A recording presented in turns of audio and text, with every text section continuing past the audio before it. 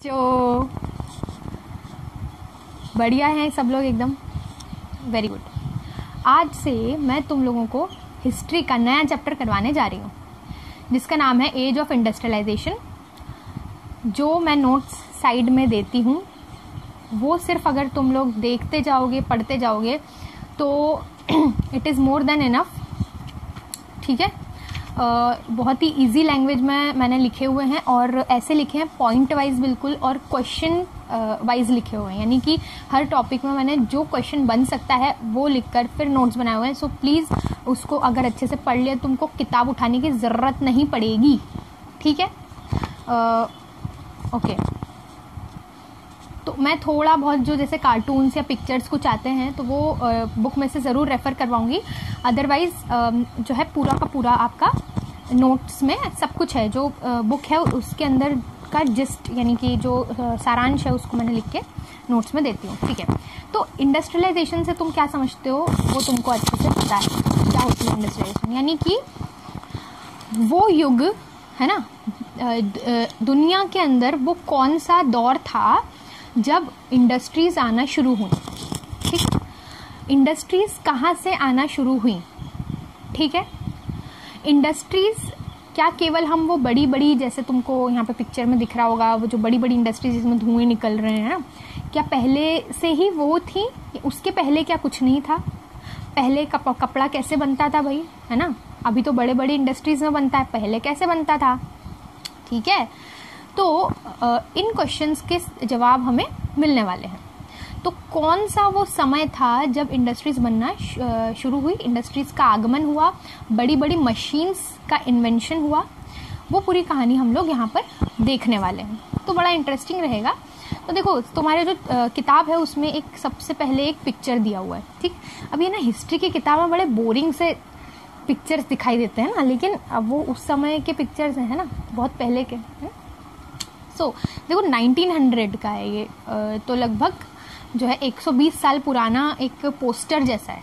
ठीक है, अब देखो इसमें क्या है, डॉन ऑफ द सेंचुरी। ठीक है, डस्क डॉन तुमने सुना होगा। तो डॉन मतलब क्या होता है, शाम। ठीक है, ढलना। ठीक है, तो मतलब 19th सेंचुरी ढल चुकी है, अब नई सेंचुरी का आगमन हो रहा है, नए युग का आरंभ हो रहा है। तो 19th सेंचुरी की शाम ढल चुकी है और 20th सेंचुरी शुरू हो गई है ना। 1900 की शुरुआत मतलब 20th सेंचुरी शुरू हो गई है, बराबर, और उसकी सुबह आ गई है ना। 1900 का है देखो ये।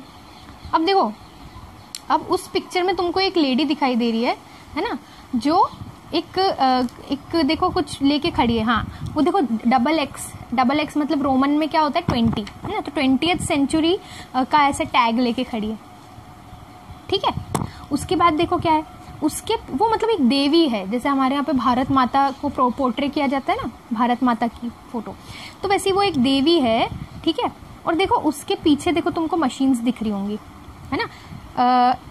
वो एक एंजल है, प्रोग्रेस की देवी है वो एक। ठीक है, जो कि flag of the new century, नए सेंचुरी का फ्लैग लेके खड़ी है। और she is gently perched on a wheel with wings.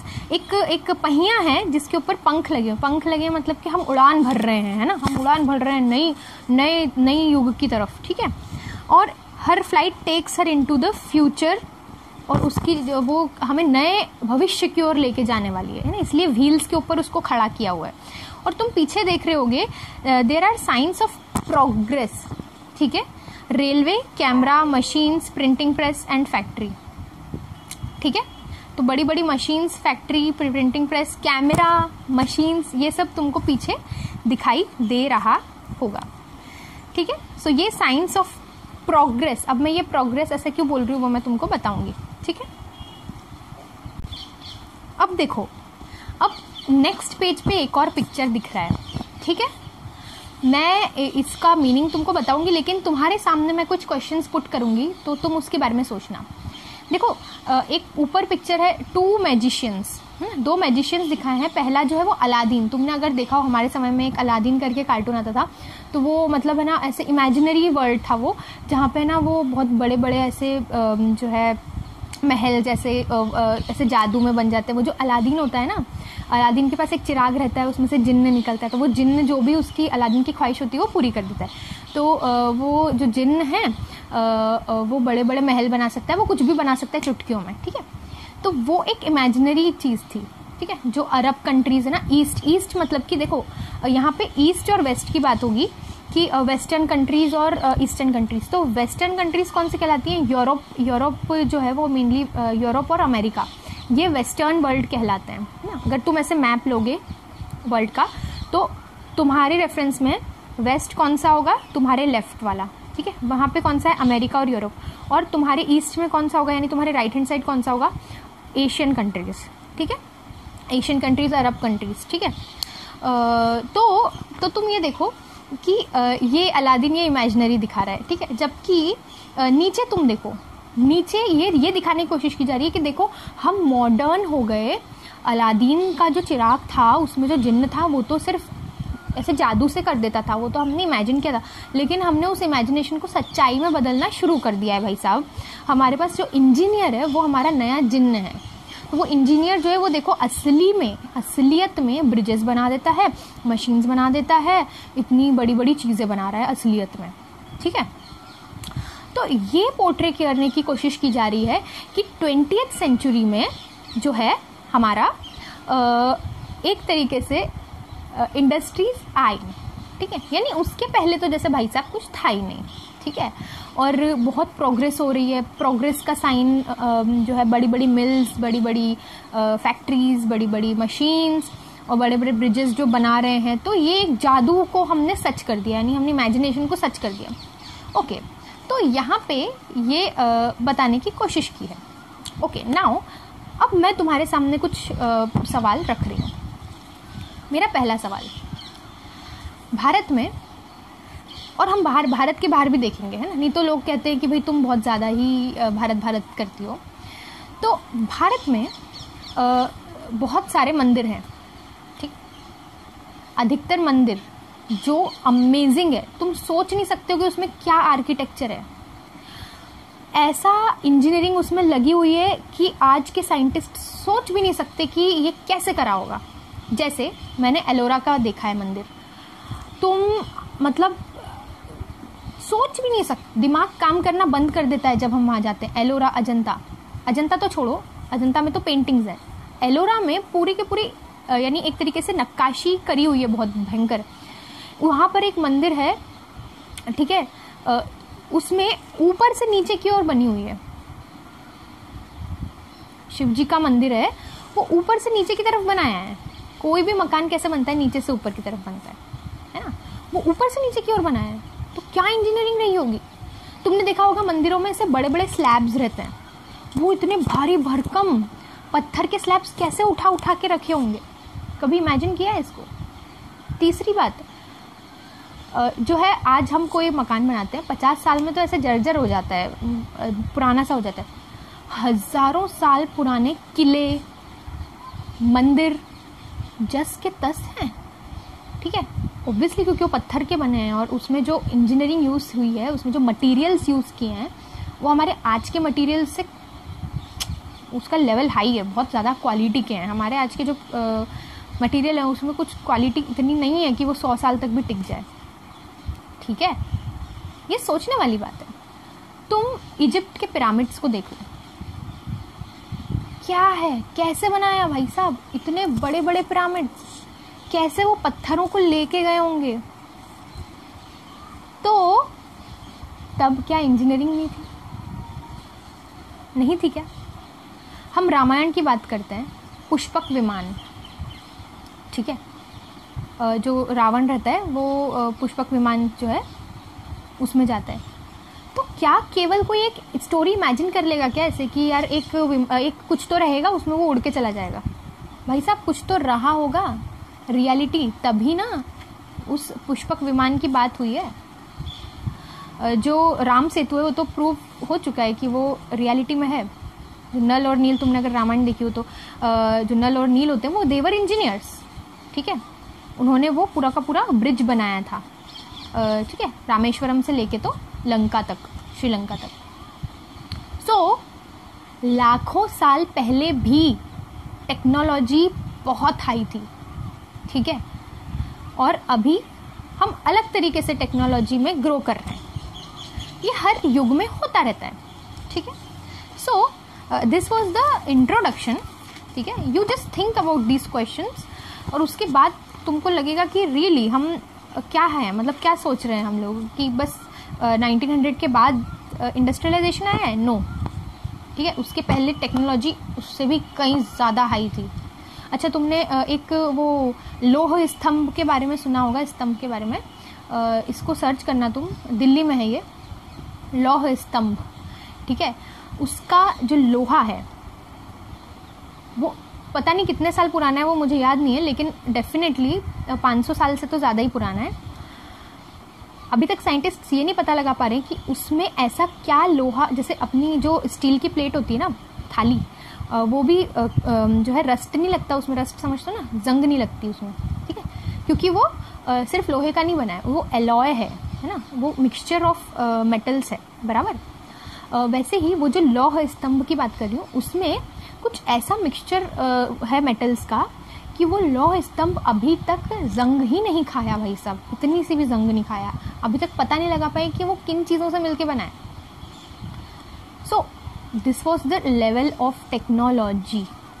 खैर, सो अब इसमें जो है ये हमने देखा कि किस तरीके से कंपेयर करने की कोशिश की है, एक इमेजिनेशन, और फिर उसको हमने रियलिटी में लेके आए।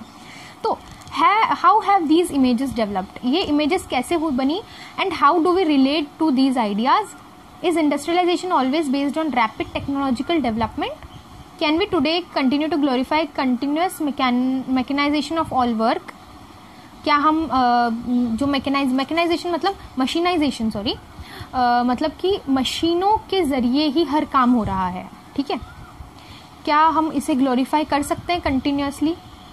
What has industrialisation meant to people's lives, industrialisation से लोगों की लाइफ कैसे अफेक्ट हुई है, ठीक है। इन क्वेश्चंस को हम हिस्ट्री में जाकर देखेंगे। So let us go to the history, और हम सबसे पहला टॉपिक देखते हैं कि before industrial revolution. Okay, so उससे पहले एक देखो यहाँ पे वर्ड आया है ओरिएंट, है ना, तुम यहाँ पे भी देख रहे होगे orient. So the eastern countries, that is Asian countries, are referred to as orient. जो एशियन, मैंने तुमको बताया कि वेस्ट और ईस्ट की बात होती है हमेशा, ठीक है, पूरब और पश्चिम, ठीक है। तो these countries are seen by the western world as traditional, unmodern and mysterious. Point to be noted. Traditional, पारंपरिक, unmodern मतलब यानी क्या बोलना चाहिए, मॉडर्न नहीं है, और मिस्टीरियस, ठीक है, मिस्ट्री है यहाँ पे, अजीबोगरीब है कुछ। क्यों भाई, हमने ऐसा क्या कर दिया, ईस्ट ने ऐसा क्या कर दिया, एशियन कंट्रीज ने ऐसा क्या कर दिया कि तुमको समझ नहीं आ रहे हैं वो लोग। क्योंकि इन कंट्रीज में अध्यात्म और स्पिरिचुअलिज्म की ज़्यादा वैल्यू है। देखो, भारत जब अखंड भारत रहा होगा, मैंने तुमको बताया है अखंड भारत क्या है ना, पाकिस्तान वाला एरिया, अफगानिस्तान वाला एरिया, और जो है भूटान, नेपाल, पूरा कश्मीर, इधर बांग्लादेश, म्यांमार पूरा, तो यहाँ पे सनातन हिंदुत्व जो है वो रहा है। उसके बाद बुद्धिज़्म आया, तो बुद्धिज़्म, तो चाइना में बुद्धिज़्म फैला, यानी एशिया में हिंदुइज्म और बुद्धिज़्म जो है वो मेन धर्म जो है वो है। तो ये आध्यात्म पर जोर देते हैं, स्पिरिचुअलिटी पर जोर देते हैं। तो ये क्या है कि वेस्टर्न कंट्रीज के लिए समझ में नहीं आता है ना, इनकी समझ आती नहीं है, ये सब बातें जो हाई लेवल की बातें होती है ना, इनको समझ में नहीं आती हैं। तो ये इसको बोल देते हैं कि मिस्टीरियस, अनमॉडर्न बोल देते हैं। समझ में आ रहा है ना, क्योंकि आध्यात्म की जो बातें है ना, वो तुम्हारे फिजिक्स और मैथमेटिक्स और केमिस्ट्री जो तुम्हारा सतही तौर का है ना, उससे बहुत ज़्यादा ऊपर है। मेटाफिजिक्स, ठीक है, लेवल पार वाला है तुम्हारे लेवल से, ठीक है, जितना तुम सोच पाते हो। इसीलिए तुमको समझ में नहीं आती है वो बातें। मैं वेस्ट को बोल रही हूँ, वेस्टर्न वर्ल्ड जो है उनको समझ में आती नहीं है अपनी बात, ठीक है। तो इसलिए वो क्या घोषित कर देते हैं, ये तो अनमॉडर्न है, तो ट्रेडिशनल है, ठीक है। सो सो इनको, हाँ, तो जो वेस्टर्न कंट्रीज हैं वो ईस्टर्न कंट्रीज को या एशियन कंट्रीज को क्या कहती हैं, ओरिएंटल कंट्रीज कहते हैं. Now before industrial revolution, so what was before industrial, how do you think cloth was made और produced in the world before industrial revolution? जब इंडस्ट्रियल रिवॉल्यूशन नहीं आया था, मशीन्स नहीं आई थी, तो क्या उसके पहले लोग कपड़े नहीं पहनते थे? भैया पहनते थे, वो पहनते थे definitely. Yes, there were industries but these were not factories. वो बड़ी बड़ी फैक्ट्रीज नहीं थी. वो कैसी थी? वो जो छोटे छोटे जो लोगों, लघु उद्योग जिसको कहते हैं ना, स्मॉल एंड मीडियम इंडस्ट्रीज. ठीक है, industry does not always mean factory. Factory production, बड़े स्तर पे प्रोडक्शन जैसे अभी होता है मशीन्स. पहले कैसे, जैसे जो चरखा होता है, तो चरखा एक मेरे पास एक चरखा है, मैं उससे कुछ कुछ कपड़ा बनाती हूँ, उसको मार्केट में बेच देती हूँ. तो ये क्या, वो एक लोकल बिजनेस हुआ. ठीक है, या मेरे पास जो है 3-4 लोग मेरे साथ हैं. ठीक है, तो एक के पास जो है चरखा है, वो धागा बनाता है, और एक के पास चरखा है, वो धागे से कपड़ा बनाता है. समझ रहे हो बात? सो ये एक छोटी सी इंडस्ट्री हुई. ये भी इंडस्ट्री ही है, लेकिन ये नहीं भूलना. So the early phase of industrialisation is called proto industrialisation. ठीक है, ये सब वेस्टर्न वर्ल्ड के द्वारा दी गई टर्मिनोलॉजीज हैं. ठीक है, so let's see what is happening in Europe. Okay, so अब ये तुमने समझ लिया कि इंडस्ट्रियलाइजेशन, प्रोटो इंडस्ट्रियलाइजेशन क्या है. इसको याद रखना, ये 1 नंबर वगैरह में आ सकता है ये question, what is proto industrialisation. ठीक है, so let us see what is. अब हम क्या करेंगे कि अब देखो हमारी कहानी कैसे जाने वाली है. हम लोग यूरोप में देखेंगे कि यूरोप में क्या चल रहा है. यूरोप में कुछ ऐसा हुआ जिसके कारण इंडस्ट्रीज ग्रो होना शुरू हुई.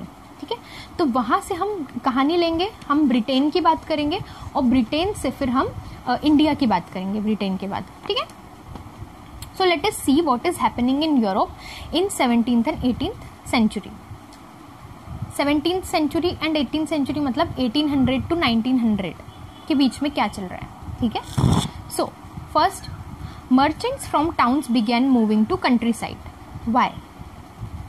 देखो यहाँ पर तुमको ये जो नीचे एक पिक्चर दिख रही होगी, ठीक है, उससे मैं तुमको समझाने की कोशिश करूंगी. मर्चेंट्स मतलब कि जो व्यापारी हैं. ठीक है, ब्रिटेन में हर एक कंट्री में भाई टाउन्स होते हैं, बड़ी बड़ी सिटीज होती हैं और गांव होते हैं, बराबर.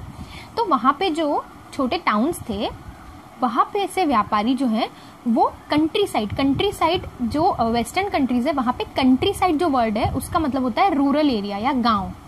ठीक है, तो जो शहरों से व्यापारी जो थे वो उठ के कहाँ जाने लग गए, गाँव में जाने लग गए, ग्रामीण एरियाज में जाने लगे. क्यों भाई? Because they could not expand production with in towns. तो क्या हो रहा था कि शहरों में जो व्यापारी थे ना, उनको शहरों में व्यापार नहीं कर पा रहे थे. वो क्यों नहीं कर पा रहे थे भाई? चलो देखते हैं क्या हुआ है भाई ऐसा.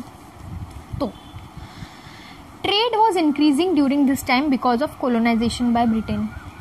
कोलोनाइजेशन क्या होता है? उपनिवेशीकरण, मतलब साधारण भाषा में दूसरे देशों के ऊपर कब्जा करना. तुमको पता है कि 1800 से 1900 के बीच में डेफिनेटली ब्रिटेन ने इंडिया के ऊपर राज किया, इंडिया के ऊपर और इंडिया जैसे दूसरे देशों के ऊपर भी उसने अपना कब्जा जमाया हुआ है. सही बात है. तो ट्रेड इंक्रीज हो रहा था. तुमको पता है कि जो अंग्रेज आए थे वो किस लिए आए थे हमारे देश में? व्यापार को ग्रो करने के लिए, बराबर. और उनके यहाँ पे जो व्यापार बढ़ने लगा था वो किसके कारण था? वो भारत के ही कच्चे माल के कारण था, भारत के कॉटन के कारण, भारत के मसालों के कारण. ठीक है, भारत की अफीम के कारण, भारत की इंडिगो के कारण. इंडिगो जो नील होता है, रंगते हैं जिससे कलर को रंगते हैं. सही है. So trade was increasing during this time, colonisation के कारण. Due to this demands for the goods was increasing.